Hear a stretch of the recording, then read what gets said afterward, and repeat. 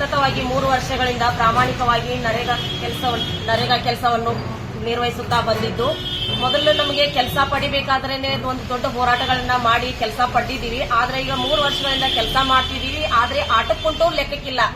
ಹೆಸರಿಗೆ ಕೆಲಸ ಕೊಟ್ಟಾರ, ಆದ್ರೆ ಅದರಿಂದ ನರೇಗಾ ಕಾರ್ಮಿಕರಿಗಾಗಲಿ ಅಥವಾ ಆ ಟೀಮು ನಿರ್ವಹಿಸಿಕೊಂಡು ಮುಂದುವರಿಸಿಕೊಂಡು ಹೋಗ್ತಾ ಇರುವ ಮೇಟ್ಗಾಗ್ಲಿ ಮೇಟ್ ಅಂತ ಹೇಳಿ ಸರ್ಟಿಫಿಕೇಟ್ ಮಾಡಿಲ್ಲ. ಇನ್ನೂವರೆಗೂ 3 ವರ್ಷದಿಂದ ಕೆಲಸ ಮಾಡ್ತಾ ಇದ್ರು. ಮೇಟ್ಗೆ ಸಿಗಬೇಕಾದ ಯಾವುದೇ ಸೌಕರ್ಯಗಳನ್ನು ಕೊಟ್ಟಿಲ್ಲ, ತರಬೇತಿ ಕೊಟ್ಟಿಲ್ಲ.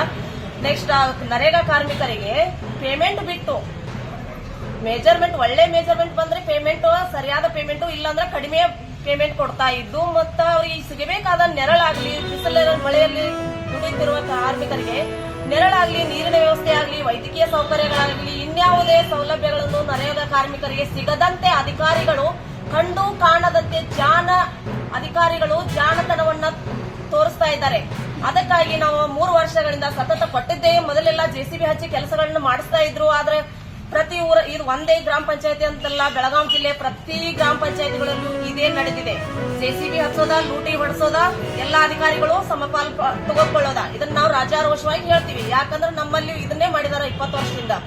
ಜೆಸಿಬಿ ಹಚ್ಚಿ ಕೆಲಸ ಮಾಡಿಸ್ತಾ ಇದ್ರು. ಈಗ ನಾವು 3 ವರ್ಷದಿಂದ ನಾವು ನರೇಗಾ ಕಾರ್ಮಿಕರದೀವಿ ಅಂತ ಹೇಳಿ ಅವು ಕೂಲಿ ಕಾರ್ಡ್ ಮಾಡ್ಕೊಂಡಿವಿ. ಅವು ಕೂಲಿ ಕಾರ್ಡ್ ಏನ್ ಮಾಡ್ತಾ ಇದ್ರಂದ್ರ ನಮ್ಮ ಗ್ರಾಮ ಪಂಚಾಯತಿ 3 ಊರುಗಳಿಗೆ ಸಂಬಂಧಪಟ್ಟೈತಿ.